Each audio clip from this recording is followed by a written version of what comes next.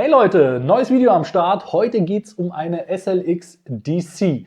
Was haben wir vor mit dieser Rolle? Die Rolle wird gewartet von uns. Ich nehme euch mit, wie wir die Rolle komplett auseinanderbauen, einmal reinigen, komplett alle Kugellager einmal auswechseln und dann anschließend neu schmieren. Da nehme ich euch mit und keine Angst, das wird kein Stummfilm. Hier und da streue ich immer wieder beim Ein- und Ausbau, Schmieren und so weiter Tipps und Tricks ein, die ihr dann zu Hause auch nutzen könnt. Die sind auch anwendbar auf andere Rollen. Also ist auf jeden Fall Mehrwert dabei und nicht nur ein Stummfilm. Und die Rolle hat es auf jeden Fall echt nötig. Also die ist richtig laut, fühlt sich kratzig an. Füßbind ist halt auch nicht mehr da. Und ich sag mal, die Spule dreht sich auch nicht mehr so krass lange. Also da haben wir nachher auch ein richtig schönes Vorher-Nachher-Ergebnis. Also seid gespannt, wir legen jetzt los, ab auf die Werkbank. So Leute, auf geht's. Also fangen wir an. Wichtig als erstes immer, zieht euch eine schöne Handschuhe an. Also in so einer Rolle ist auf jeden Fall echt eine Menge Dreck drin. Das wollt ihr nicht nachher alles an euren Fingern haben. Wir fangen damit immer an, dass wir erstmal zuerst die Spule rausnehmen. Also wir öffnen die Sideplate. Dafür hat jede Rolle, ist unterschiedlich bei der SLX. Die hat ja so einen Kippschalter. Hier, da hat den Kippschalter, den könnt ihr nach hinten und nach vorne machen. Wenn ihr den nach vorne macht, dann könnt ihr die Rolle auf jeden Fall aufmachen. Zack, die Sidebed nach unten drücken und die Sidebed rausnehmen. So sieht die aus. Da ist auf jeden Fall auch ein Kugellager drin. Das nehmen wir nachher raus, aber erstmal legen wir das hier alles zur Seite. Wir nehmen auch die Spule raus. Bei der Spule ist immer darauf zu achten, also diese ist ja relativ massiv, ne? Das seht ihr ja. Da kann nicht viel passieren, aber es gibt halt auch Ultraleihtspulen, wenn ihr die rausnehmt. Packt die am besten immer an einen sicheren Ort, dass sie euch nicht runterfallen kann, weil die können auch relativ schnell kaputt gehen. Und dann machen wir uns eigentlich schon daran, das Händel abzumachen. Das Händel ist meistens erstmal mit einer Locknut-Plate gesichert, wie ihr hier seht. Und die Locknut-Plate ist durch eine Schraube gesichert. Die Schraube lösen wir als erstes. Ja.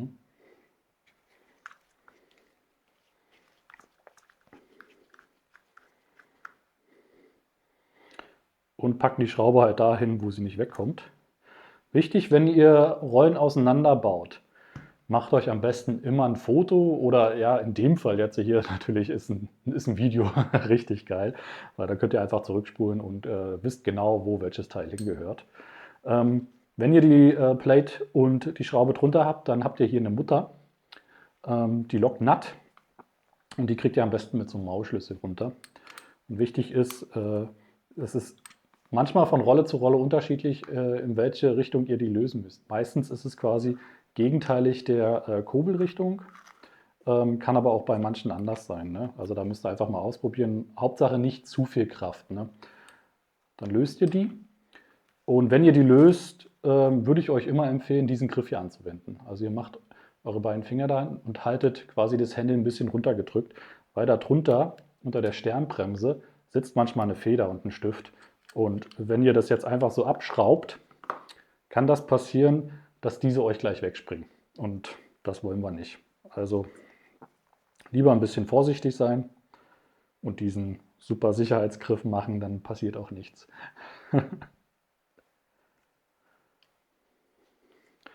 So, ihr seht, ne, das hat Spiel.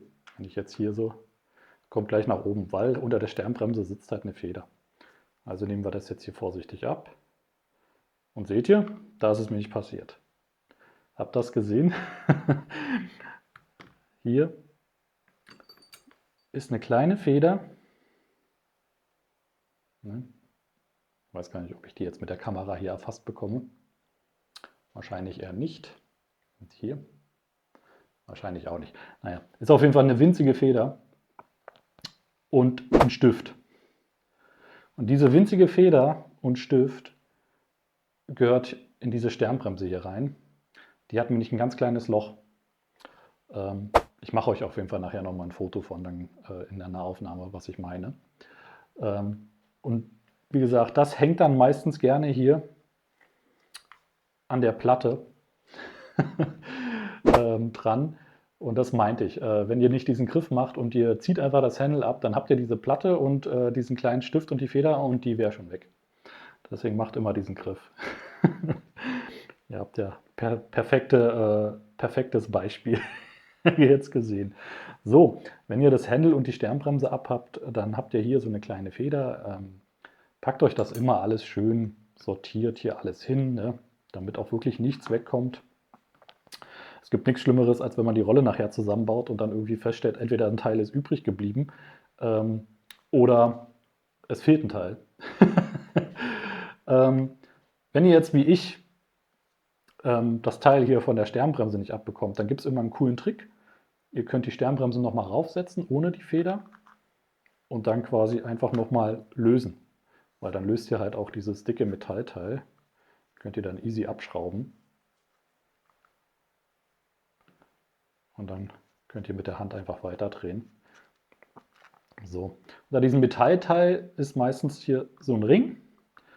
Packt euch das alles richtig schön hin, also am besten auch immer in der Reihenfolge, wie es quasi auf dem Schaft war. Dann könnt ihr nichts verkehrt machen. So, dann haben wir hier noch 2 Spacer drin.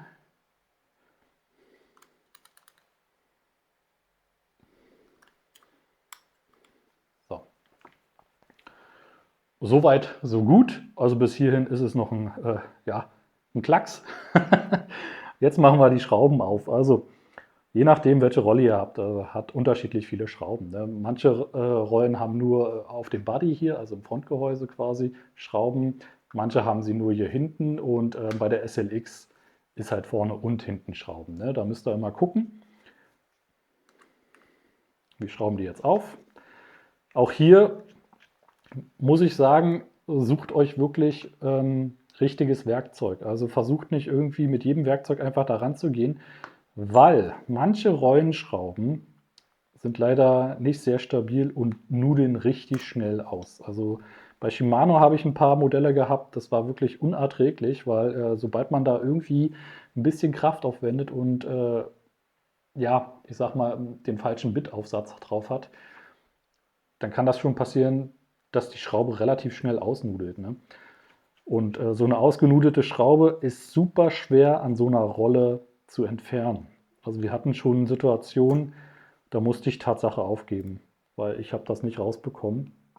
Und einmal hatte ich eine Situation, da ging das nur mit rausbohren und dann hast du halt natürlich auch das Gehäuse beschädigt. So, wir haben jetzt hier die 2 Frontschrauben abgemacht.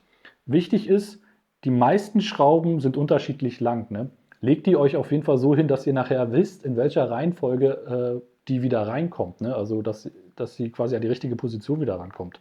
Ansonsten habt ihr nachher das Problem, dass ihr nicht mehr wisst, wo die Schraube hingehört. Und das wollen wir auch nicht. So. Und wir sehen schon hier, also die Schrauben, die sind auch schon echt dreckig. Das ist immer ein Anzeichen davon, dass es innen drin wahrscheinlich genauso aussieht. Aber man kann auch manchmal Glück haben. Aber ich spüre jetzt schon an den Schrauben ganz viel Sand. Also ich habe hier an meinen Handschuh richtig Sandpartikel. Und das ist dann immer ein erstes Zeichen davon, warum die Rolle eigentlich so laut ist. So, wir haben jetzt die Schrauben weg. Und jetzt können wir eigentlich das Gehäuse hier einfach hochheben. Da kann nicht viel passieren. Ne? Macht das aber immer in Ruhe und nie hastig, weil ihr seht, wir haben jetzt hier drin auch noch einen Zylinder.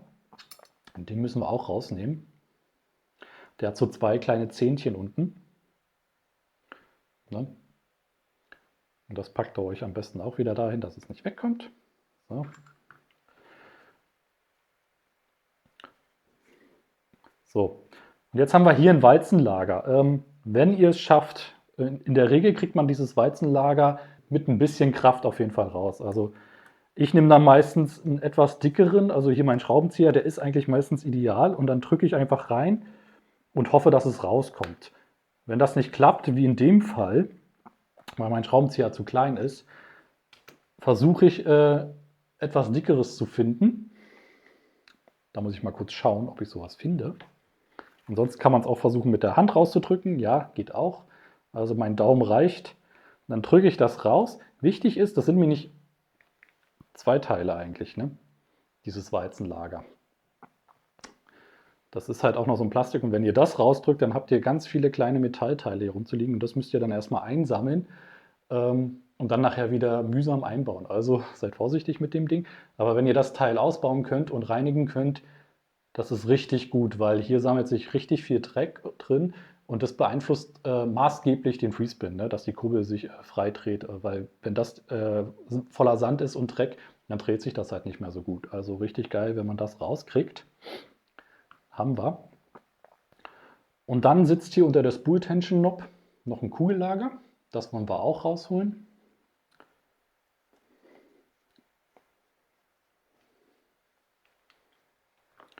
So.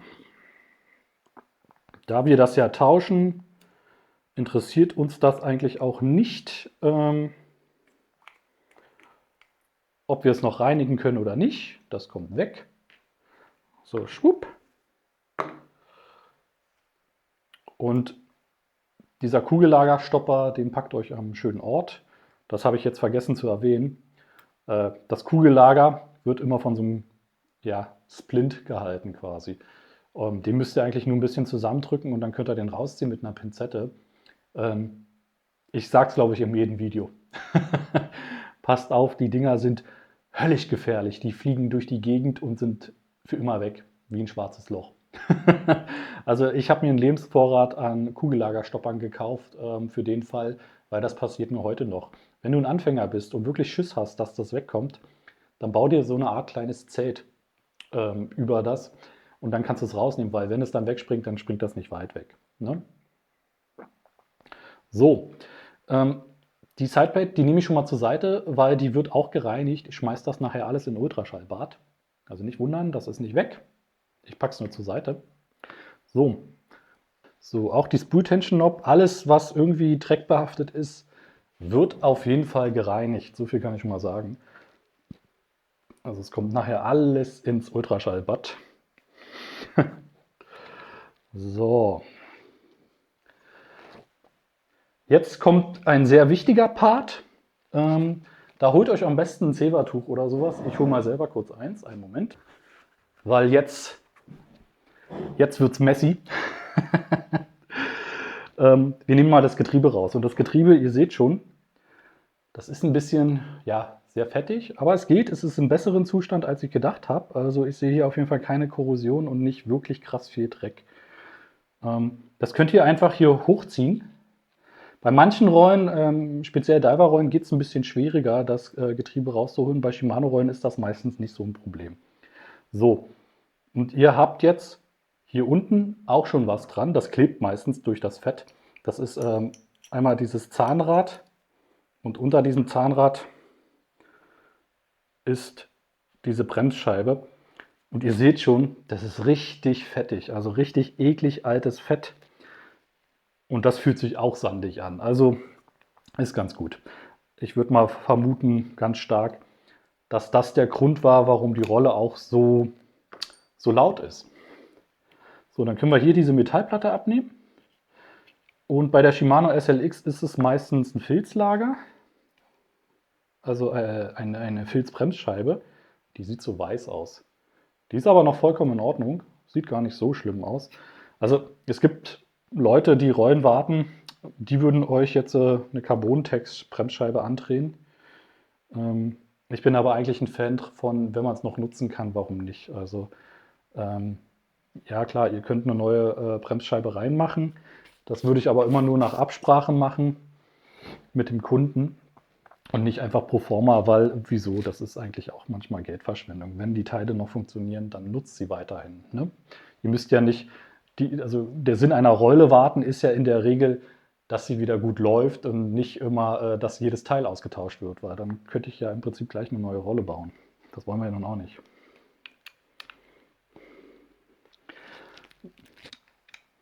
Ja, und dann können wir auch das Ritzel hier rausnehmen. Das könnt ihr auch einfach hier anfassen. Hier sind 2 Federn dran, da müsst ihr eigentlich immer ein bisschen aufpassen, ne? Dass die einfach nicht wegfliegen, diese Federn. Die könnt ihr hier auch einfach zur Seite packen. Auch die würde ich reinigen. Die schmeiße ich nachher, grundsätzlich jedes Teil, was so ein bisschen Fett dran hat, würde ich in ein Isopropanol-Bad schmeißen. Kunststoffteile ausgenommen.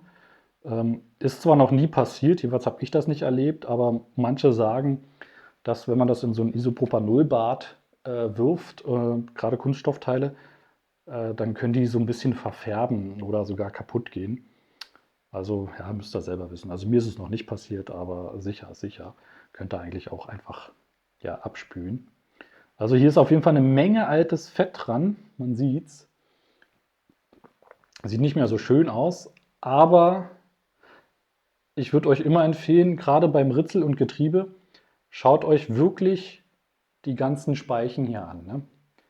Also am besten habt ihr eine Lupe oder sowas und dann schaut euch wirklich jede einzelne an. Ist da irgendwas weggebrochen? Ist da Dreck drin? Und so weiter. Weil sobald da nur ein Sandkorn drin ist, in diesem Getriebe hier, dann merkt ihr das beim Kurbeln. Weil immer, wenn das Ritze hier quasi aufeinander trifft und es kommt über dieses Sandkorn, dann merkt ihr das. Und das geht auf Dauer aufs Getriebe. Irgendwann habt ihr einen Getriebeschaden. Wenn da immer mehr Dreck drin ist und dann kann euch ein Zacken abbrechen und dann rumpelt es richtig im Karton. Und das wäre eigentlich schade. Deshalb ist eine Wartung wirklich immer ganz sinnvoll, weil bei der Wartung geht es in erster Linie darum, dass wir diese Schmutzpartikel rausbekommen ähm, und alles schön sauber machen und dann neu schmieren, weil dann hält das auch auf jeden Fall eine Weile.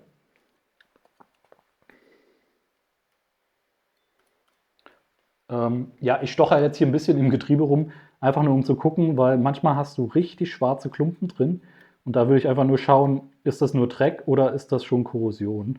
Das ist wie beim Zahnarzt quasi. Der stochert euch ja auch mit so einem Haken quasi im Zahn rum und wenn er hängen bleibt, dann weiß er, oh, oh, da ist Karies und im Prinzip ist es nichts anderes bei so einem Getriebe. Wenn ich da hängen bleibe, dann weiß ich, oh, oh, entweder Dreck oder Tatsache Korrosion oder es ist was abgebrochen.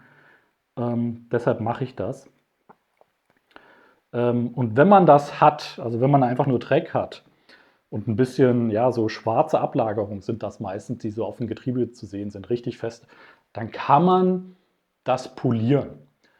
Es gibt Anbieter, das ist auch völlig in Ordnung, dass die das machen. Ich halte davon persönlich nicht viel, weil ich finde, ein Getriebe hier zu polieren, das bringt dir nichts. Also ja, außer Style, ne, es glänzt schön. Wo es was bringt, ist dann Tatsache hier in den Rillen, wenn man das schön auf Hochglanz poliert, weil dann das Ritze richtig smooth einfasst. Ne? Das ist aber ein sehr langwieriger Prozess und ich finde halt immer sehr, sehr aufwendig. Deshalb biete ich das nicht pauschal an, sondern ich mache das selber innerhalb einer Wartung, wenn ich es für notwendig erachte. Ich nehme dafür aber auch kein extra Geld. Ne? Aber dafür biete ich es halt auch nicht pauschal an, weil ich finde, ja, es ist überflüssig. Aber es müsst ihr letztendlich entscheiden. Ähm, jeder wie er mag. Die Dinger schmeiße ich nachher auch ins Ultraschallbad. So, jetzt kommen wir zum Pinion Gear. Also hier wollen wir ja auch das Lager tauschen. Das Pinion Gear hat meistens ein Lager drunter. Bei manchen Modellen sitzt hier eine Plastikbuchse drunter. Wir schauen mal nach, was uns hier erwartet.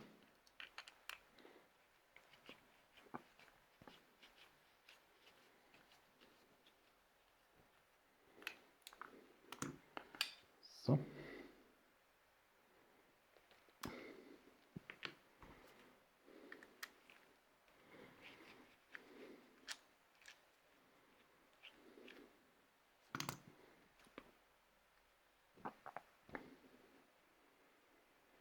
So, wenn ihr diese zwei Schrauben gelöst habt, dann könnt ihr das einfach hochheben. Das ist manchmal ein bisschen schwer, weil da so viel Fett dran ist. Und ihr seht, das Fett ja, hat schon eine leichte Rostfarbe. Oh, und es dreht sich alles hier sehr zähflüssig. Also hier ist richtig viel Sand drin. Auf jeden Fall gut, dass wir das tauschen. Also ihr seht, hier ist auf jeden Fall viel Rost und Dreck dran. Also ich glaube, das war überfällig, dass wir das hier machen. Deswegen lief auch wahrscheinlich das Handy nicht mehr so schön. Das bringt auf jeden Fall eine Menge. Auch das Lager tauschen wir. Wenn ihr so weit kommt bei einer Rolle, ne, das alles hier, das reicht in der Regel für euch. Also wenn ihr eine Rolle wartet, baut die so weit herunter, also eigentlich das Pinion Gear hätte ja auch schon noch drauf bleiben können, aber wenn ihr das hinbekommt, bei diesem Modell ist es einfach runterzubekommen, bei manchen ist es ein bisschen schwieriger. Ähm, wenn ihr das so hinbekommt, perfekt, lasst das so. Alles andere, diese ganzen Teile hier, Warmschaft und so weiter, würde ich, wenn ihr nicht so geübt seid, drauf lassen, weil die sind echt tricky, die Teile, sind auch sehr schwer wieder ranzubauen. Ähm, Wenn ihr das so lasst, richtig geil. Also, was machen wir als nächstes? Ich werde das jetzt erstmal schön entfetten alles, also mit Isopropanol ein bisschen behandeln, also das ganze überschüssige Fett erstmal wegmachen. Dann kommt das anschließend in Ultraschallbad. Ich werde noch den Warmschaft ausbauen, weil da kommt auch noch ein neues Lager rein. Ja, und dann bauen wir jetzt noch das Pinion Support Lager aus.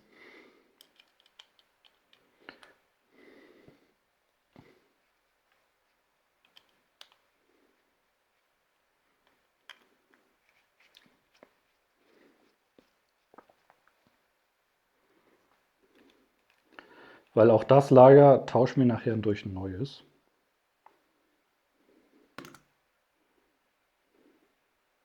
Da müsst ihr mal ein bisschen gucken, weil die sind manchmal sehr presst drauf.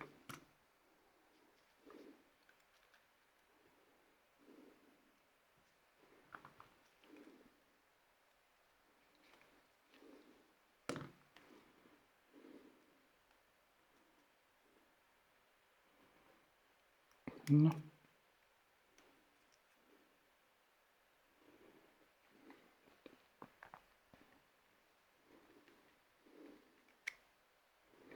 So, hier haben wir auch noch eine Distanzscheibe. Ne?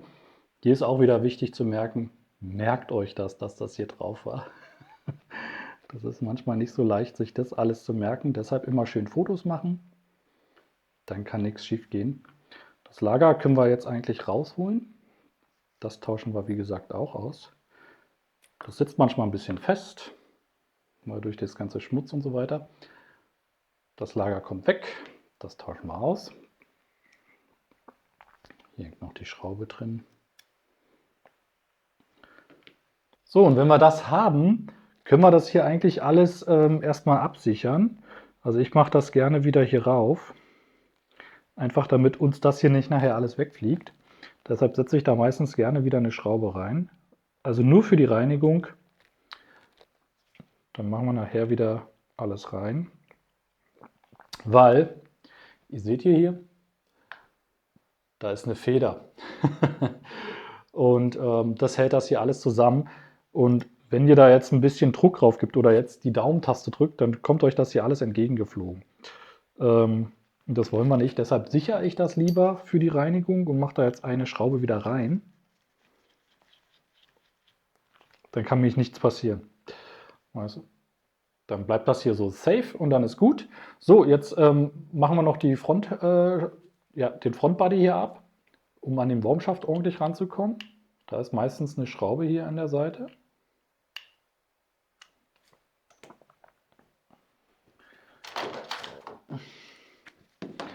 Dafür brauche ich einen anderen Aufsatz.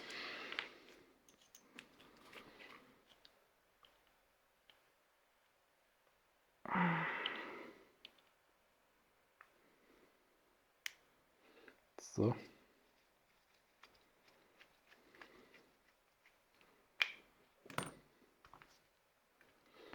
Dann haben wir die Schraube für den Body.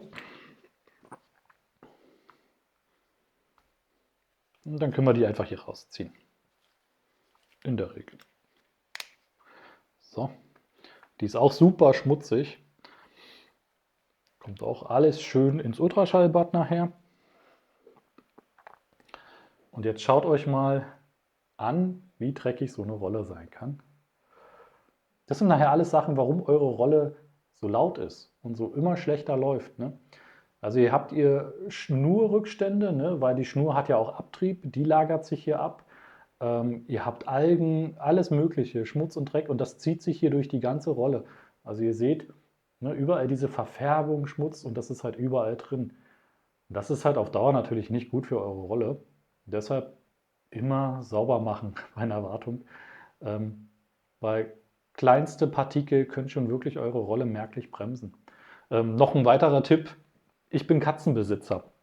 Und wenn ihr eure Rolle wartet, ihr habt erfahrungsgemäß als Katzenbesitzer echt viele Haare an den Klamotten.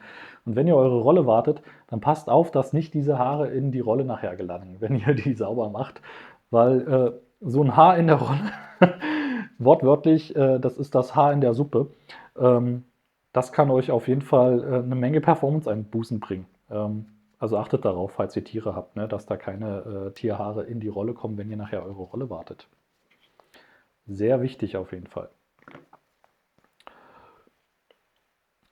So, um den Wurmschaft jetzt quasi daran zu kommen, brauchen wir wieder einen anderen Bit. Einen Moment. Habe ich euch schon von meinem tollen Werkzeugkoffer erzählt? Wir haben, jetzt mal Schleichwerbung, wenn ich schon nach einem Bit suche, wir haben komplett Set. Also Werkzeugkoffer und Öl und Fett. Da ist alles drin, was ihr braucht für die Wartung. Wirklich alles. Ein Werkzeugkoffer. Ja, seht ihr, habe ich jetzt schon ein paar Sachen rausgenommen, die liegen hier. Habt aber auf jeden Fall alles, was ihr braucht, um eure quasi Rolle so zu warten, wie ich es jetzt tue. Ich brauche eigentlich nur ein Bit. Das war es auch schon mit der Schleichwerbung, tut mir leid. So, da drin ist halt auch ein Bitköfferchen. Und dann suchen wir uns mal den richtigen aus. Ich nehme dann gerne hier den Schlitz, der hat so einen kleinen Punkt. Also den hier. Und wechsle den mal. Weil der ist ideal, um den Wurmschaft aufzumachen hier. Da ist eine Kappe hier oben drauf. Ich weiß nicht, ob man die hier sehen kann. Ja, ne? Diese Kappe. Und da können wir reingehen und die schrauben wir einfach auf. Und da eignet sich am besten dieser Bit, der quasi ein Schlitz ist. Der hat aber noch so einen ganz kleinen Punkt. Ich weiß nicht, ob man es sieht. Wenn nicht, blende ich euch das ein. Und damit kriegt man diese Kappen wunderbar auf. Und auch bei der Kappe müsst ihr aufpassen. Ansonsten kommen euch Teile entgegengeflogen. Da ist nämlich manchmal ein Metallplättchen drin. Hier jetzt nicht. Das hängt jetzt zum Glück noch hier dran. Aber das müsst ihr rausnehmen.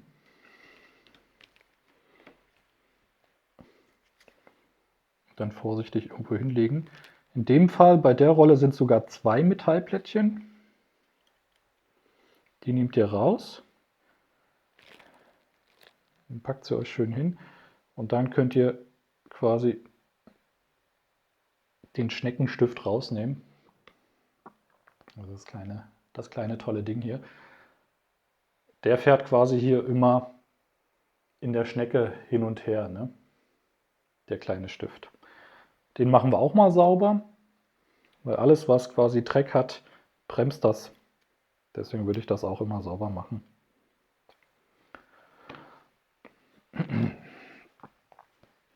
So, und da wir hier auch das Kugellager tauschen im Wurmschaft, müssen wir daran. Und das, Leute, bin ich ehrlich, ist echt schwer. Weil ich glaube, bei der SLX war es jetzt nicht so schwer, aber es gibt viele Rollen, die benutzen alle diese E-Clips. Das sind kleine garstige Dinger. Die hier. Die sitzen da drauf und die sind super schwer runterzubekommen. Es gibt zwar Spezialwerkzeug dafür, das Problem ist aber, der Arbeitsraum hier in dieser Rolle, der ist super begrenzt und dann bringt euch das Werkzeug meistens auch nichts. Das Beste, was ihr machen könnt, ist wirklich einen sehr, sehr schmalen Schlitzschraubenzieher euch zu besorgen und das Ding rauszupressen. Also das ist meistens die einfachste Methode. Oder ihr habt halt wirklich so ein super Feinmechaniker-Werkzeug, also Uhrenmacher oder sowas haben das. Dann könnt ihr diesen Clip rausholen. So, und dann habe ich mir jetzt mal schnell so einen kleinen Schlitzi geholt. Und wie gesagt, bei denen geht es noch, weil da kommt man leicht in die Rillen an. Das ist jetzt echt schwer zu zeigen. Die haben auf jeden Fall 2 ganz kleine Aussparungen. Ja, auch das blende ich euch mal ein. Und da müsst ihr halt mit dem kleinen Schlitz rein und das dann nach außen drücken, den E-Clip. Da müsst ihr vorsichtig sein. Auch das Ding, wenn ihr zu viel Druck habt und das irgendwo hinschießt, dann ist es weg. So, jetzt habe ich ihn ab. Das sind die kleinen Scheißer hier. Ja, auf jeden Fall kleine garstige Biester. Das sind die Teile, die Die finde ich am schwersten eigentlich bei der ganzen Rolle. So, und dann habt ihr hier noch eine Distanzscheibe hier drauf liegt auf diesen Wurmschaft. Und dann, wenn ihr das runter habt auf der Seite hier, dann könnt ihr den Wurmschaft hier rausziehen. Ne? Ganz einfach. Und wenn ihr das habt, also hier ist auf jeden Fall eine Plastikbuchse drauf. Und das wird dann nachher auch durch ein Kugellager ersetzt. Dann läuft die noch smoother. Und der Wurmschaft ist auch wirklich dreckig. Holla die Waldfee. Auch hier sitzt so ein bescheidener E-Clip drauf oder C-Clip. Gibt unterschiedliche Namen dafür. Und den könnt ihr auch mit dem Schlitzschraubenzieher hier reingehen und dann rausdrücken. Das war jetzt krass, weil normalerweise brauche ich viel länger dafür. Den packe ich mir mal hier hin, damit ich nicht durcheinander komme. Und dann könnt ihr dieses kleine Zahnrad hier runter machen. Und dann könnt ihr die Plastikbuchse runternehmen. So. Die Plastikbuchse kommt auch weg. Ja, und dann sind wir schon fast fertig. Wir können den Wurmschaft jetzt hier nochmal komplett rausnehmen. Würde ich auch jetzt empfehlen, weil der ist super dreckig. Also für eine normale Wartung, wenn der jetzt nicht so krass aussieht wie der hier, also der ist ja wirklich richtig ranzig. Sorry für den Kunden, falls das jetzt deine Rolle ist und du siehst, meine Rolle, die ist nicht ranzig. Ja doch, aber dafür hast du sie auch hergeschickt.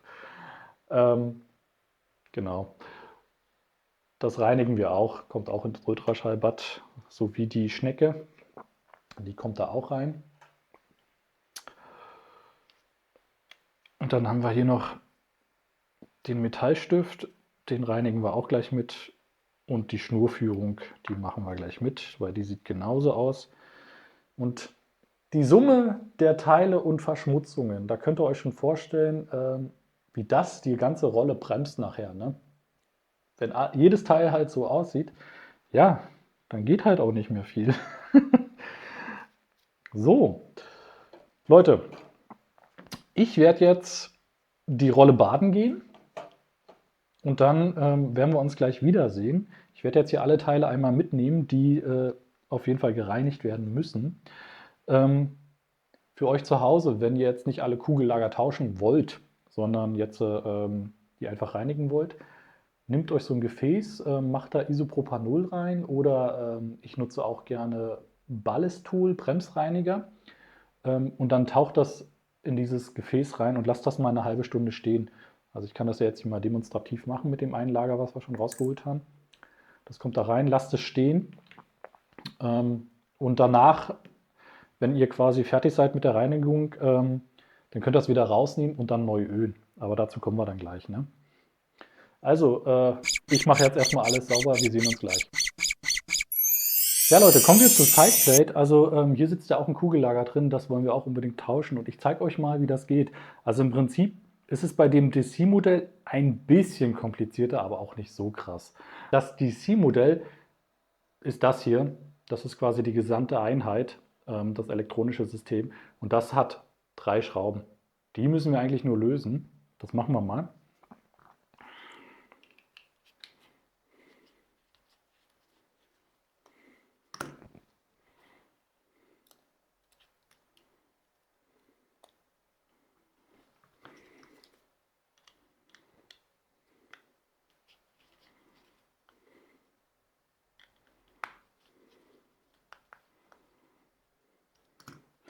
Wenn ihr diese Schrauben gelöst habt, dann könnt ihr vorsichtig, bitte nie zu schnell machen, einfach vorsichtig das DC-System hochheben.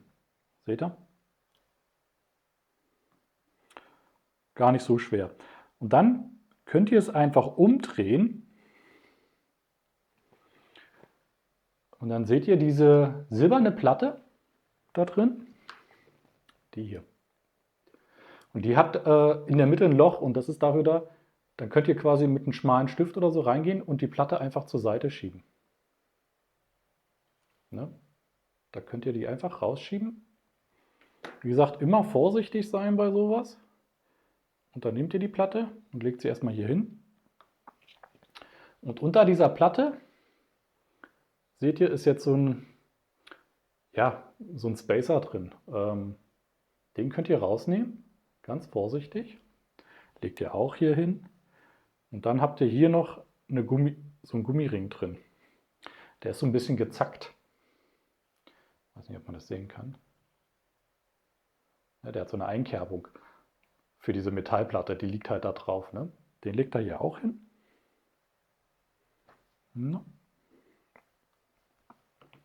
Und dann könnt ihr das Lager rausholen. Am besten hier mit so einem Haken. Der ist bei uns auch im Werkzeugkoffer drin. Und dann geht ihr rein und hebt das Kugellager einfach hoch. Bei dem Kugellager ist meistens, da unten seht ihr noch, ist jetzt nicht mit hochgekommen, eine kleine Metallplatte drin.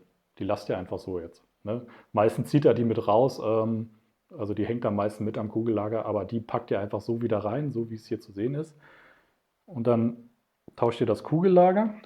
In dem Fall bekommt die SLX-DC von uns ein Hybridlager spendiert, in Purpose hier, unsere eigene Kreation. Das packt ihr rein, drückt das ein bisschen rein, ne, dass das wieder richtig schön sitzt. Und wenn ihr wollt, diese Kugellager können auch trocken gefischt werden, die surren aber ein bisschen. Ich mache da immer 2 Tropfen Öl rein. Also ich nutze das hier von Hedgehog, das Alchemieöl. Ihr könnt aber auch von den Deutschland Starter Set, was ich euch vorhin gezeigt habe, diese super subtile Schleichwerbung, da ist auch ein passendes Öl drin. 2 Tropfen macht ihr rauf auf das Kugellager. Das geht auch durch die Abdeckung, ne? Das kriecht rein, das Öl, also da macht euch keine Sorgen, dann ist das auch nicht so laut.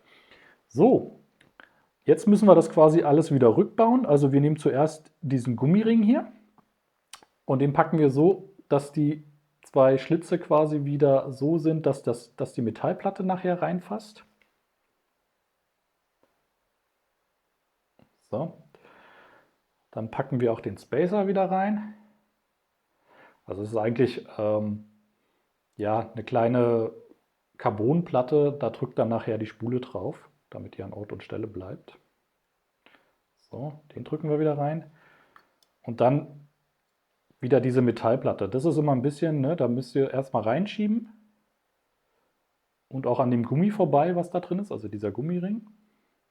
Und dann will sie immer automatisch nach oben, die Platte. Und da müsst ihr halt einfach quasi raufdrücken und dann weiterschieben. Ne? Drückt da rauf, schiebt weiter. Und dann sitzt sie auch wieder an Ort und Stelle. Warum ich sage, seid immer vorsichtig. Ihr seht ja hier dieses, ne, dieses Plasteding. Das verschiebt sich relativ schnell. Da müsst ihr aufpassen. Ansonsten, wenn ihr das verschiebt, ja, dann müsst ihr das halt wieder ein bisschen dezent fetten und dann wieder rauf machen. Das wird quasi nur durch Fett gehalten. Das ist nicht verklebt oder so. Ich mache jetzt hier noch ein bisschen die Schmutzpartikel weg, weil auch hier ist echt viel Schmutz drauf.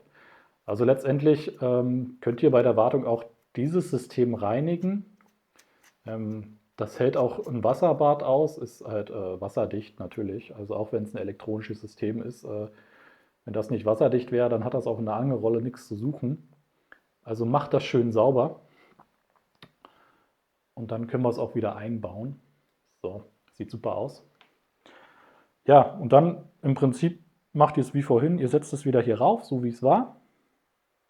Ne? Also da könnt ihr eigentlich nicht viel falsch machen, weil das hat genau, ihr könnt das nur quasi in dieser Einstellung positionieren. Das rastet dann so quasi so ein bisschen ein, ihr merkt das. Und dann schraubt ihr einfach wieder fest. Wichtig hier ist, dass ihr die Schrauben nicht bis zum Get-No anzieht, weil das ist hier Kunststoff.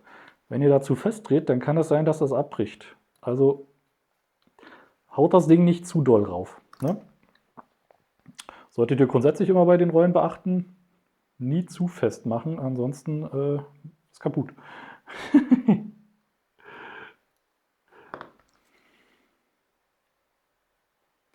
So.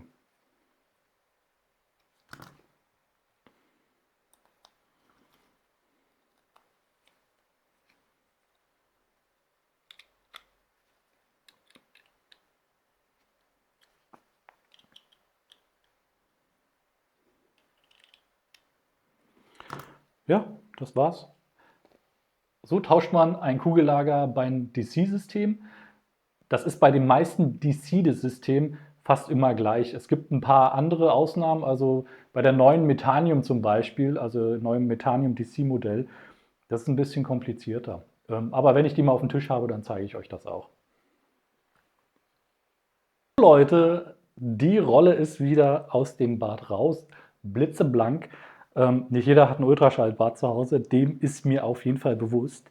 Was ihr auf jeden Fall machen könnt, immer lauwarmes Wasser nehmen, also je nachdem, was ihr für eine Rolle habt, bei so Kunststoffteilen, lauwarmes Wasser, ein bisschen Spüli, nicht zu viel, und dann nehmt euch hier so eine Zahnbürste und dann gibt der Rolle auf jeden Fall richtig.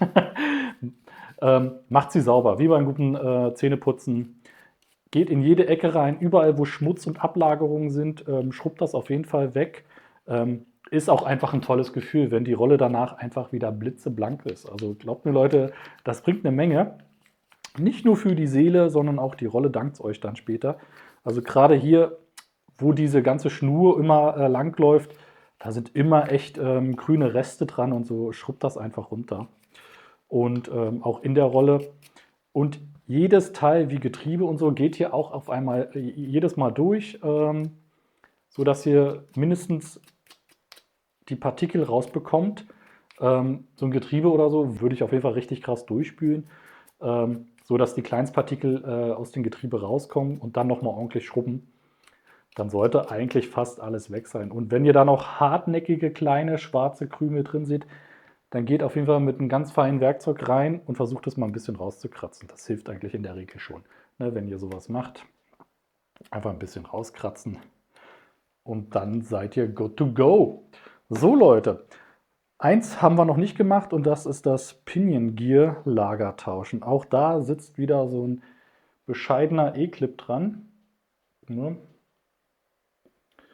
Richtig garstig das Ding, machen wir noch ab.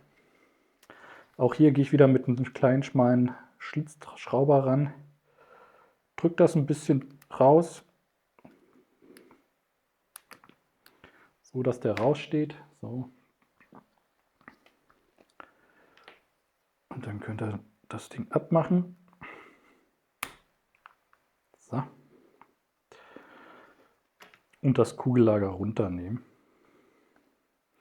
Das hat auch noch Abstandshalter oben drauf, also das nicht übersehen, hier seht ihr. Den nicht vergessen, der muss wieder rauf. Das Kugellager kann weg. Schwupps. So, dann könnt ihr auf jeden Fall hier nochmal sauber machen, aber da ich es jetzt schon gereinigt habe, ne, könnt ihr einfach wieder rauf machen. Wenn ihr cool seid, macht ihr schon ein bisschen Öl ran. Einfach um die Gleitfähigkeit hier ein bisschen zu verbessern. Schaden tut es nicht. Und dann könnt ihr euch das neue Kugellager nehmen. Ich muss noch mal gucken, ob ich hier die richtige Größe habe. Jo. Wir haben hier beim Pinion Gear Lager auf jeden Fall ein Highspeed Lager drauf. Also das ist neu. Das dreht sich extrem gut. Und dann können wir hier auch wieder die Distanzscheibe rauf machen und den Clip rauf machen. Der Clip rauf machen, das ist wirklich eine Kunst. Also bei dem Pinion Gear geht es noch. Bei anderen Teilen, das ist schwer. Da klippe ich mir manchmal einen Wolf. So.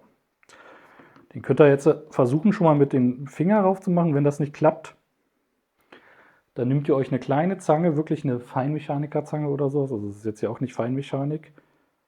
Und dann versucht ihr es raufzuschieben. Zack, so. Also ist krass, wie schnell ich hier auf einmal vorankomme. Kaum läuft eine Kamera. Also normalerweise ist das echt schwerer. So viel kann ich sagen. Also es geht manchmal nicht so geschmeidig, wie es hier gerade den Anschein hat. Aber umso besser für euch.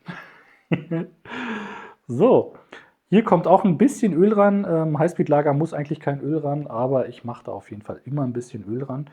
So, haben wir schon mal das Pinion Gear Lager getauscht.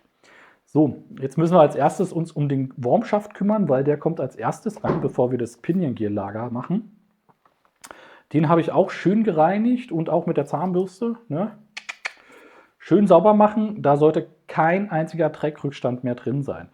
Und der Zusammenbau ist jetzt immer ein bisschen, ja, tricky, weil man muss echt vieles auf einmal beachten. Aber das kriegen wir schon hin. Auch hier kommt ein Kugellager rauf. Also ihr erinnert euch, da war eine Plastikbuchse drauf, diese hier. Ne? Und die tauschen wir jetzt durch ein schönes Kugellager aus. Das kommt hier auf die Seite. Schön rauf.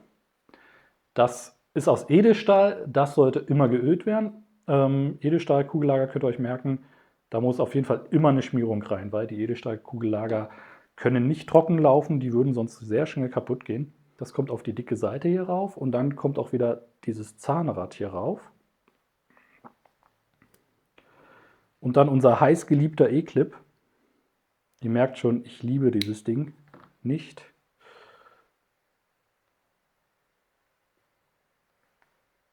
Den versuchen mit dem Finger raufzuschieben, ansonsten die Zange nehmen. Das ist hier schon echt ein bisschen eine schwierigere Stelle. Also da seid vorsichtig, weil hier auch Kunststoff ist. Dann nehmt ihr die Zange wieder und drückt den ordentlich rein. So, alles gut gegangen.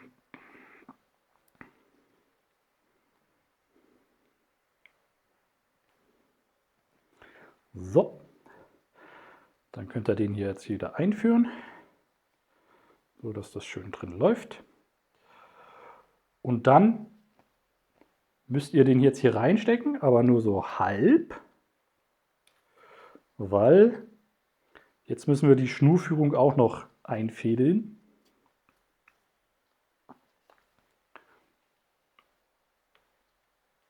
Die kommt mir nicht vorher noch rauf, bevor wir es quasi alles vollenden. Das ist manchmal Fummelarbeit. So. Und dann seht ihr, könnt ihr das quasi richtig schön einführen. So. Und dann könnt ihr die Distanzscheiben wieder rauf machen. Hier ist wichtig, da wir jetzt ein Kugellager getauscht haben, es kann sein, dass jetzt eine Distanzscheibe vielleicht zu viel ist. Das muss man rausfinden, weil die Kugellager haben ja gewisse Fertigungstoleranzen. Also die können mal dicker, mal dünner sein. Ist nicht krass, aber das kann ab und zu schon einen Unterschied machen. Und dann kann das sein, dass man so einen Distanzring wieder rausnehmen muss, weil es sich sonst zu schwer drehen lässt. So, wieder so ein schöner E-Clip. Und der sitzt wirklich an einer garstigen Stelle. Auch hier würde ich wieder die kleine Zange nehmen und das ist echt schwer.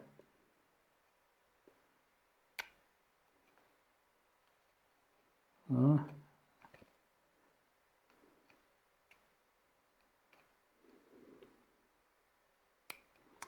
Aber heute habe ich einen Lauf. Es läuft echt gut. Normalerweise brauche ich echt länger. So, jetzt kommen wir auch zum Thema Fett, weil die Schnecke sollte auf jeden Fall schon gefettet werden.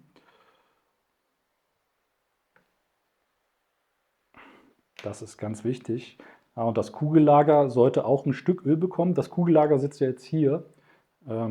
Ich öle es einfach von hier. Da mache ich 2 Tropfen rein. Weil das ist ein Edelstahlkugellager, das braucht auf jeden Fall Öl. So, jetzt habe ich hier das Fett vorbereitet. In dem Starter-Set, was ich euch vorhin toll angepriesen habe, habt ihr diese 3 Fettsorten drin. Das ist einmal das Semifluidfett, also das ist ein sehr dünnflüssiges Fett. Das benutze ich sehr gerne für den Warmschaft. Da nehmt ihr euch am besten hier so einen Pinsel, tunkt das ein bisschen ein und dann pinselt ihr einfach den Warmschaft ein, also die Schnecke. Nicht ertränken, das ist immer sehr dezent. Dann geht er da so ein bisschen rein und pinselt das alles richtig schön ein. So. Und was ich dann noch gerne mache, ist, ich setze dann natürlich erstmal die Stange wieder ein, das mache ich auch gerne.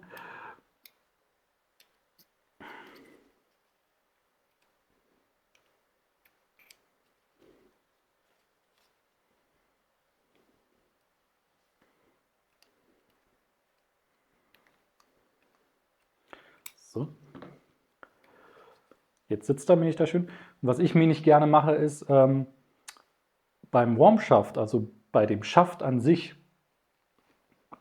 ne, wo die Schnurführung lang geht, da mache ich einen kleinen Tropfen Öl rauf und auf die Stange auch, auf die Schnurführung. Dann gleitet das einfach wesentlich besser. Macht nicht jeder. Ich mache es, habe immer das Gefühl, es bringt auf jeden Fall was. Und solange sich keiner beschwert, ne? So, dann kommt der Stift von der Warm-Schaft-Schnecke wieder rein. Ne? Den könnt ihr so reinmachen.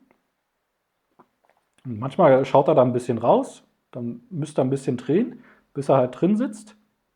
Und wenn er dann drin sitzt, würde ich auf jeden Fall, wo der Deckel hier raufkommt, auch ein kleines bisschen, wirklich nur ein kleines bisschen Fett reinmachen. Nicht zu viel. Und dann könnt ihr die 2 Distanzscheiben von vorhin wieder reinmachen. Die könnt ihr einfach oben rauflegen.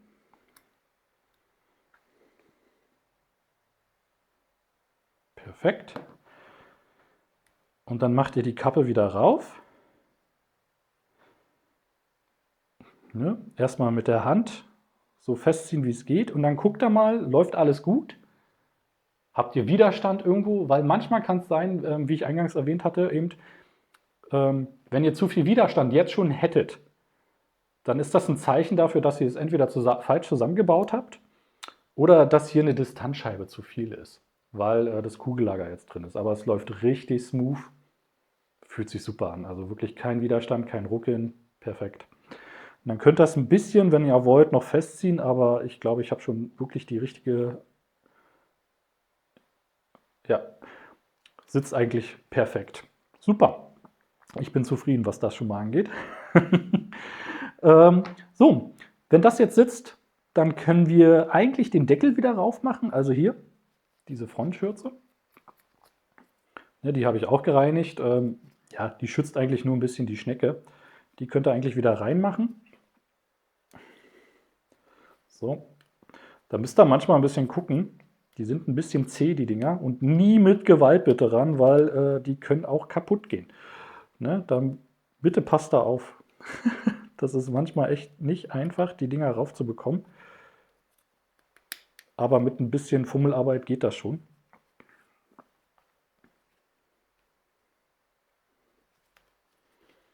Ihr seht, ich tue mich da jetzt auch gerade schwer.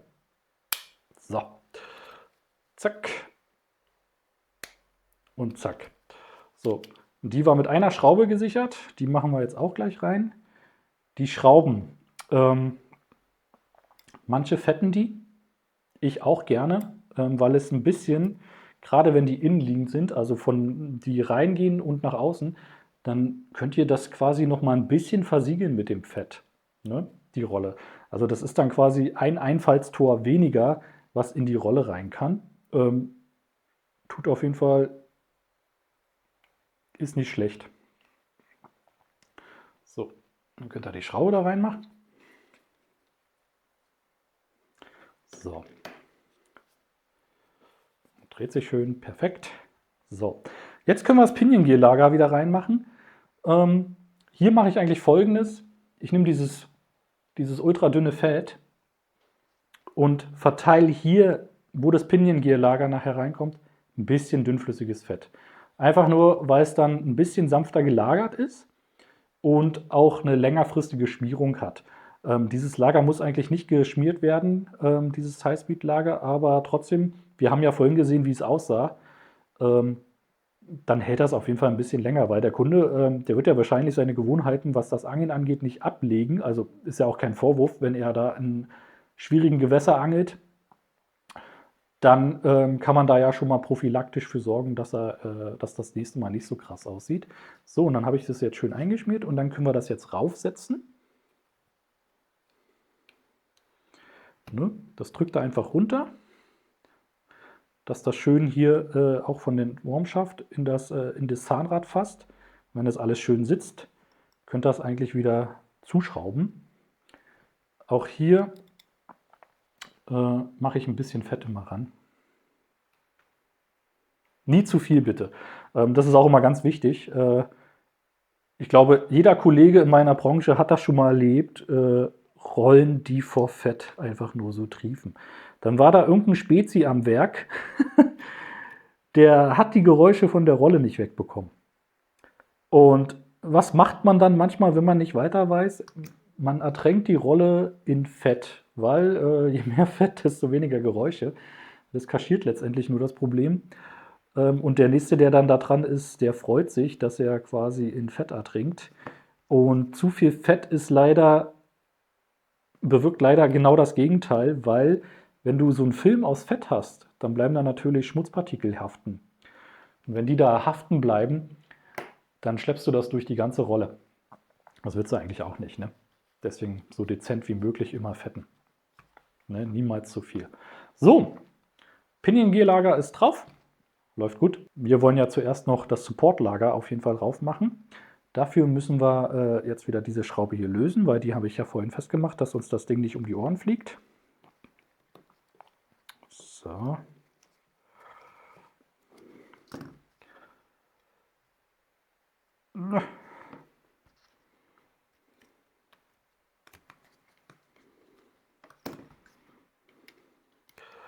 So.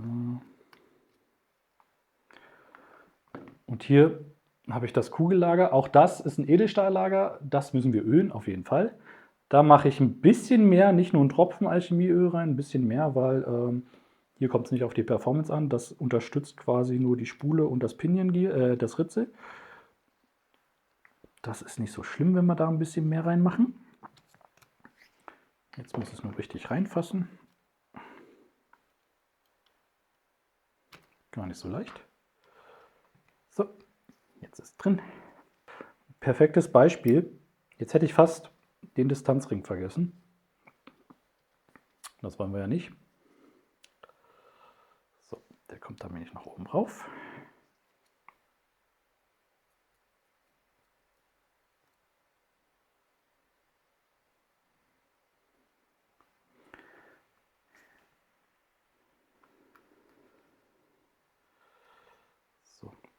Aber das sind jetzt hier so eine Sachen, die macht ihr eigentlich bei der Wartung, also wenn ihr das jetzt zu Hause macht, nicht. Also das ist jetzt hier schon sehr fortgeschritten. Das braucht ihr nicht machen.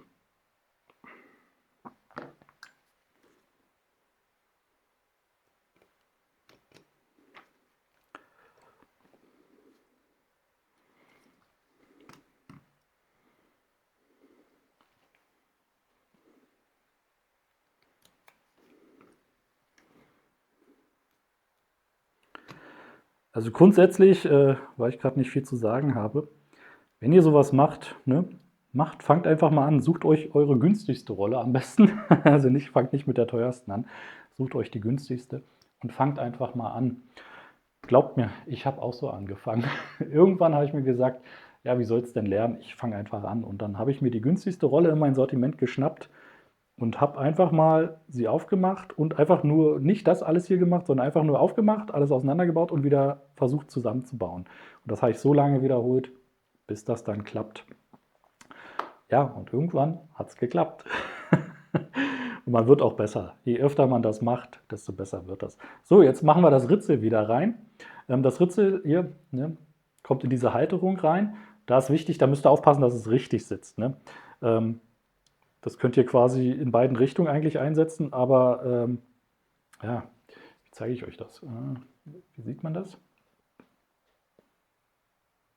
Nee, leider nicht. Auch das blende ich euch ein. Das hat nämlich so zwei Schrägen und diese Schrägen müssen quasi mit der Halterung des Ritzels einpassen. Wenn das nicht passt, ihr kriegt das zwar rauf, aber das steht dann ab und dann könnt ihr das Getriebe kaputt machen. Das wollen wir nicht. So, das Ritzel ist drin. Da könnt ihr noch mal gucken. Einfach mal ein bisschen drehen. Wenn es smooth ist, also wirklich, das soll butterweich, da darf kein Widerstand, nichts sein. Perfekt. Dann habt ihr alles richtig gemacht. So, jetzt kommen wir zum nächsten Fett. Und zwar das Fett, also es ist auch aus dem Starter-Set. Das Fett ist für Bremsscheiben sehr gut geeignet. Das ist nämlich ein bisschen zäher und es hat so eine Eigenschaft, newtonische Flüssigkeit nennt sich das. Je mehr Druck drauf ist, desto fester wird das quasi. Also das erhöht auch gleichzeitig die Bremskraft. Also ziemlich geniales Produkt, was sich da Deutschland hat einfallen lassen. Super geil. Also ihr macht jetzt das Zahnrad hier wieder rauf.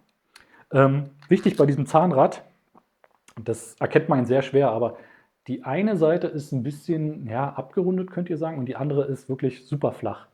Ihr nehmt die flache Seite, die muss nach oben gucken. Ganz wichtig. So, und dann nehmt ihr die Bremsscheibe, die da vorhin drunter war, nimmt euch einen neuen Pinsel und taucht das ein bisschen in dieses Bremsfett rein. Ne? Auch wichtig hier, bitte nicht zu viel. Das ist wirklich tödlich sonst. Ansonsten fliegen euch nachher die Bremsen nur so um die Ohren. Ihr habt quasi keine Bremskraft. Das wollt ihr auch nicht, dass die Bremse einfach nur durchrutscht. Deswegen, ich fette immer so, ich mache eigentlich nur 2 Punkte auf jeder Seite. Und dann kommt das rauf. Damit fahre ich eigentlich sehr gut. Wenn ihr das habt, dann kommt das Getriebe rauf. Das könnt ihr einfach reinrutschen lassen. Fühlt sich gut an. Und dann kommt dieses Filzlager wieder rauf. Das habe ich vorhin auch gereinigt, ist wirklich noch im guten Zustand. Auch wenn das immer auf den ersten Blick gar nicht so aussieht, aber es ist halt nun mal Filz. Ist halt kein Carbonlager. Auch das bekommt ein bisschen Bremsfett drauf. So. Und dann könnt ihr das auch reinlegen. Schön runterdrücken. Und dann kommt der tolle Closer hier wieder rauf.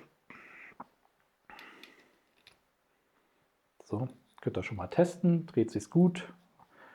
Und das ist sehr, sehr smooth, richtig geil, fühlt sich gut an.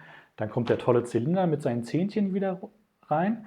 Ihr seht ja, diese Metallplatte hat auch so 2 Aussparungen, da kommen die Zähnchen rein. Könnt ihr einfach quasi rauf machen und dann zack, dann landet der schon automatisch drin. So, jetzt müssen wir eigentlich nur noch eins machen hier. Wir fetten ein bisschen dezent in der Rolle. Wo fette ich eigentlich überall? Also ein bisschen beim Daumentaster hier. Ne? Also im Prinzip kann ich euch sagen, ihr fettet all die Teile, wo viel Bewegung entsteht und wo viel aufeinander reibt. Ne? Also Getriebe zum Beispiel, hier wo Teile immer lang schlittern, da übertreibt es aber nicht. Sonst habt ihr nachher das Problem, dass der Daumentaster viel zu schnell zurückspringt. Der braucht schon ein bisschen Widerstand. Mehr muss es nicht sein, wirklich nur dezent. Nie zu viel. Bitte nie zu viel. Dann, wenn ihr euch unsicher seid, dann lasst lieber an manchen Stellen, also hier in der Rolle, wo ich jetzt gerade rumhantiere, lieber das Fett weg. Was wichtig ist, ist Getriebe, Zahnräder, die müssen gefettet werden. Alles, wo quasi sich was bewegt und aufeinander fährt. Das fettet ihr. So, das haben wir auch. So, und Getriebe. Kommen wir zum nächsten Fett, was in diesem Starter-Set drin ist. Auch das hat ein Fett nur fürs Getriebe. Das ist ziemlich geil. Also ich stehe total drauf, weil das hält sehr lange. Das geht auch nicht in andere Teile rein, das Fett. Und es sorgt dafür, dass die Schmutzpartikel da nicht haften bleiben. Richtig geiles Fett. Ich stehe total drauf. Aber ich würde dieses Fett, ich persönlich, nicht bei jeder Rolle nehmen. Habt ihr nachher leichte Rollen, also ich sag mal alles so bei Shimano zum Beispiel so 71er bis BFS Spulengröße, da würde ich lieber dieses Semifluidfett nehmen für das Getriebe, weil dann habt ihr eine deutlich krassere Performance, weil die Getriebe bei BFS-Rollen meistens gar nicht gefettet sind, also ab Werk. Und kann man machen. Ich bin aber ein Fan davon, dass das ein bisschen haltbarer ist. Und da mache ich dann immer gerne dieses Semifluid dran. Bei BFS-Rollen und so, ja, Rollen, wo die Spule ein bisschen kleiner ist, auf jeden Fall. So, dann kommen jetzt hier noch diese Federn rein. Die mache ich auf jeden Fall immer ein bisschen mit Semifluid. Tunke ich die ein und mache die hier rauf. So. Ja, und das Walzenlager habe ich vorhin schon gereinigt. Das teste ich jetzt nochmal. Das kann sich mir nicht nur in eine Richtung drehen. Ne? Wenn ihr das jetzt hier nach der Reinigung in beide Richtungen drehen könnt, dann habt ihr was falsch gemacht. Dann ist es wahrscheinlich nicht richtig zusammengebaut. Und das muss ich immer so in die Richtung drehen. Also wenn ihr jetzt hier Ich habe dieses Roro-Lager Pultur, das passt halt immer genau in diese Walzenlager rein, perfekte Größe. So teste ich die dann immer nach der Reinigung, ob alles schön ist. Und dann werdet ihr sehen, ihr kurbelt ja so. Also sprich, in die Richtung muss es sich drehen. Ne? Dann wisst ihr auch, wie es ihr nachher in die Sideplate reinmachen müsst, also in diese wieder. Weil hier ist die Kurbel, also müsst ihr es so wieder einbauen. Bevor ihr es einbaut, auch hier würde ich ein bisschen Fett reinmachen, da wo das Weizenlager wieder reinkommt. Ne? Einfach nur, damit es leichter reinkommt und dass der Schmutz nicht am Weizenlager quasi vorbei kann. Ist auf jeden Fall keine schlechte Idee, sowas zu machen. Und dann könnt ihr das Weizenlager reindrücken. Ist manchmal ein bisschen schwer. So. Ist drin. Dann testen wir nochmal. Wunderbar. Fühlt sich gut an. So, das Weizenlager, das öle ich immer. Also dazu nehme ich auch das Alchemil Ultraleitöl und mache da ein bisschen rein. Auf jeden Fall nicht verkehrt. So, dann haben wir noch ein Kugellager und das ist das zweite Spulenlager. Wir haben ja vorhin schon die Sideplate das Kugellager getauscht und jetzt kommt hier auch noch eins rein, da wo die Spool Tension Knob sitzt. Müsst ihr eigentlich nicht viel beachten. Das macht ihr rein. Schwupp. Auch hier 2 Tropfen Öl. Das zieht rein, auch durch die Abdeckung. Und dann macht ihr diesen wunderbaren Kugellagerstopper wieder rein. Also legt ihn rein und dann könnt ihr den eigentlich mit dem Finger reindrücken. Das reicht. Und bei der Spool Tension Knob, ihr seht, hier ist so ein schwarzes Ding und dann nochmal eine etwas größere Matte. Das ist nachher dafür da, um den Druck auf die Spule zu geben. Also zuerst kommt immer dieses schwarze Ding rein und damit das auch schön hält, macht ihr ein bisschen Fett hier rein. Nicht viel, aber ein bisschen. Das wirkt einfach quasi, das haftet dann an diesem Fett. Ganz praktisch. Also dann kommt zuerst diese kleine das runde Gummiding rein. Zack. Und darüber dann diese Matte. Und guckt, dass es dann zentriert ist. So muss das aussehen. Perfekt. Und dann, bevor ihr Spool Tension Knob wieder raufschraubt, würde ich auch hier quasi ein bisschen Fett dran machen, weil dann lässt die sich nachher leichter bedienen und auch da kommt der Schmutz dann nicht so leicht rein. Ganz praktisch. So, zack, könnt ihr raufschrauben. Wichtig hier, schraubt das Ding mal noch nicht zu. Also nur raufsetzen, ein bisschen zudrehen, das war's. Weil das hat nachher den Hintergrund, wenn ihr die Spule einsetzt und die Sideplate wieder rauf macht und ihr habt das Ding komplett zugeschraubt, dann werdet ihr die Sideplate nicht zubekommen, weil da zu viel Druck drauf ist. Macht es erst komplett zu, wenn die Spule drin ist und die Sideplate drauf ist und zu ist. Dann könnt ihr dies auch zudrehen. So, jetzt können wir quasi die Rolle wieder zusammenbauen. Haben eigentlich alles erledigt. So, das könnt ihr hier raufsetzen. Ne, achtet alles drauf, dass das schön gerade sitzt. Und ihr merkt dann schon richtig, wenn es drauf sitzt. Perfekt. Ne, sollte hier nichts abstehen, sollte alles bündig abschließen. Und dann könnt ihr die Schrauben wieder einschrauben, ne, in der richtigen Reihenfolge. Auch die bitte ein bisschen Fett ran. Nicht viel, nicht ertränken. Nur ein bisschen. So.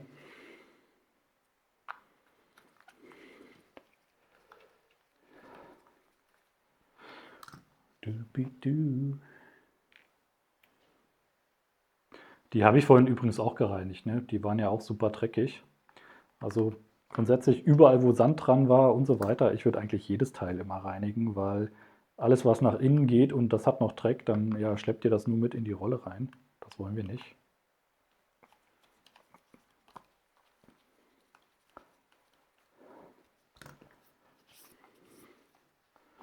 So. Und dann kommen hier noch 2 Schrauben rein. Die etwas dickere.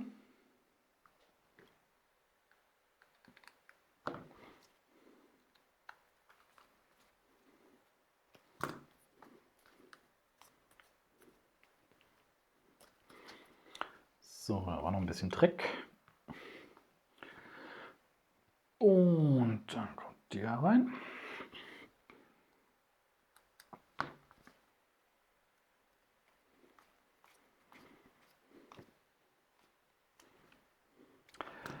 So, jetzt kommen wir zum Part, da kriege ich oft Fragen zu. Und zwar, ihr habt hier diese zwei Spacer.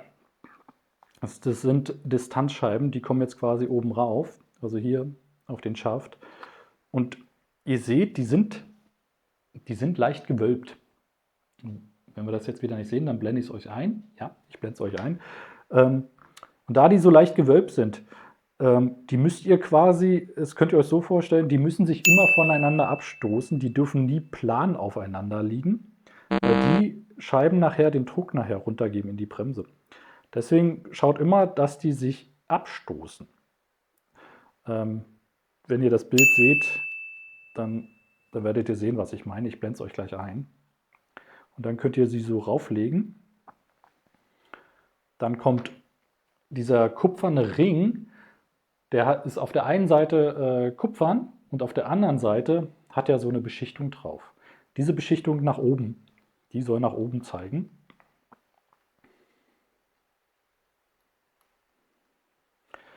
Und dann könnt ihr auch das silberne Teil machen. Das silberne Teil hat hier so eine Laufbahn, also so eine Einfräsung.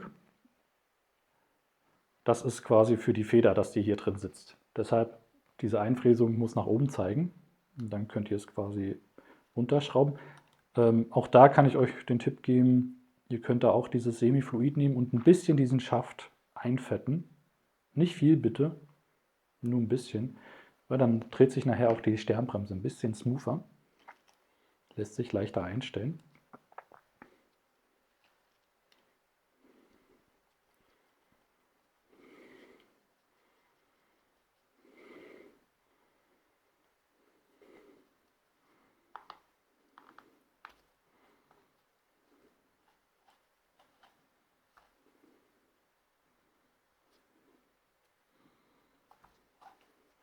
So, und dann kommt diese Feder hier rein.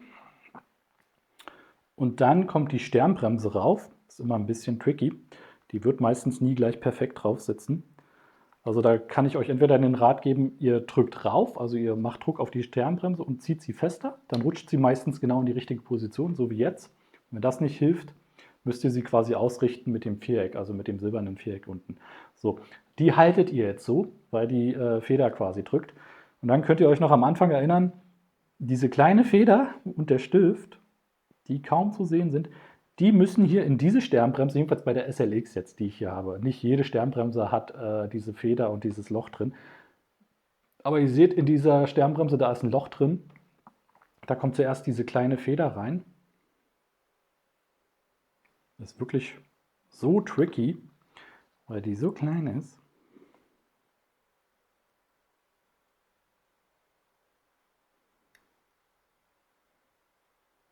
So.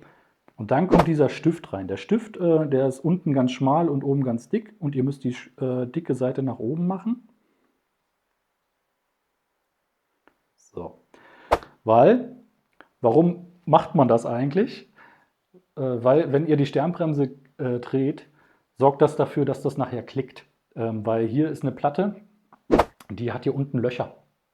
Und dieser Stift fährt dann quasi an diesen Löchern lang und erzeugt dann dieses Klickgeräusch, wenn ihr quasi die Sternbremse dreht. Deshalb die Platte mit den Löchern nach unten. So muss das aussehen. Und das haltet ihr jetzt immer noch so fest. Und dann nehmt ihr euch das Handle und packt das Handle jetzt hier rauf. Ne? Und jetzt haltet ihr das Handle fest, greift nochmal um, zack, so dass ihr das in dieser Position habt. Und jetzt habt ihr das fast geschafft. Jetzt könnt ihr die Mutter nehmen, festschrauben.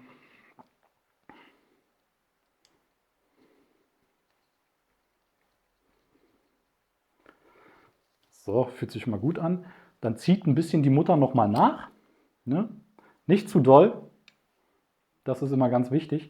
Und ihr könnt darauf achten, die Mutter,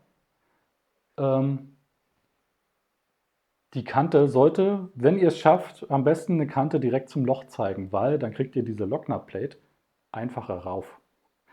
Zack, die hält dann sofort. Ansonsten müsst ihr immer gucken, die Mutter immer so ein bisschen justieren, bis ihr quasi diese Locknut-Plate drauf bekommt, weil die ist auch sternförmig quasi innen drin. Und dann passt das manchmal nicht und dann seid ihr hier nur am Fummeln, um die Locknut-Plate drauf zu bekommen. Deshalb immer, bei den meisten ist es so, wenn ihr quasi die Ecke direkt zum Loch zeigen lasst, dann kriegt ihr diese Locknut super easy rauf. Trick 17. Und die könnt ihr jetzt auch verschrauben wieder. Dann ist das alles safe. Und dann haben wir es auch gleich geschafft. So, das ist fertig. Wir können schon mal so ein bisschen kurbeln. Oh, fühlt sich jetzt schon geil an. So, Spule rein, Sidebed rein, zumachen. Achtet darauf, dass der Schalter auf Open ist. So, zumachen. Und jetzt könnt ihr auf Close machen und das erste Mal testen. Holla die Waldfee. Ist das ein Unterschied? Wir können jetzt auch die Spool Tension wieder ein bisschen zumachen. Ja, werdet ihr bestimmt, wenn ihr eine Baitcaster habt, schon immer ganz oft gelesen haben und gesehen haben in Tutorials. Spool Tension drehe ich persönlich immer so zu, dass die Spule, ich wackel immer hin und her und ich stelle die dann immer so zu, bis die Spule sich minimal noch bewegt. Also ein bisschen Spiel lasse ich immer noch drin, aber wirklich ganz minimal. Das ist für mich immer der Sweet Spot bei all meinen Angelrollen, wirklich. Ich mache meistens nur das. Ihr kennt ja das auch, ne? Wenn die Profis dann immer sagen, ja, stellt die so ein, dass der Köder runtergeht und sobald das Wasser berührt, dann sollte es aufhören. Ist gut für Anfänger, aber ihr verschenkt eine Menge Potenzial. Arbeitet mit der Bremse, tastet euch heran. Also wie gesagt, mein Sweet Spot ist, wenn sich die Spule gerade so bewegt wie jetzt. Das ist perfekt. Oh. Da könnt ihr quasi mit jeder Rolle richtig geil werfen. Aber wenn ihr da nachher mit nicht klarkommt, ja, dann macht das halt, wie die Profis das sagen. Alles gut. Ja, schaut euch das mal an. Geht die Rolle ab oder was? Das ist kein Vergleich zu vorher. Richtig krass. Ja, auch der Freespin, richtig geil. Also, die Rolle ist frisch gewartet, Besitzer kann sich freuen, richtig geil und sie ist auch richtig leise wieder. Also ich halte es mal hier ran. Hört ihr irgendwas? Die hört sich nicht so an wie vorhin, oder? Also man hört nur das CC-System, wie es sucht. Richtig geil. Also sowas freut mich immer, da geht mein Herz auf, weil dieser Vorher-Nachher-Effekt so dermaßen geil ist, weil ich mich dann schon freue darauf, wie der Kunde das dann nachher sieht. Weil der wird sehen, wow, ich habe ihm da voll die Mühle hingeschickt und jetzt kriege ich fast eine neue Rolle wieder. Voll geil. Also, ich freue mich wahnsinnig, dass ihr jetzt hier auch mitgemacht habt. Ich weiß, ich habe wieder super lange gelabert. Wird wahrscheinlich wieder ein extrem langes Video, aber ich hoffe, es war lehrreich für euch und ihr konntet mal einen Einblick in meine Arbeit sehen. Bis dahin, ciao.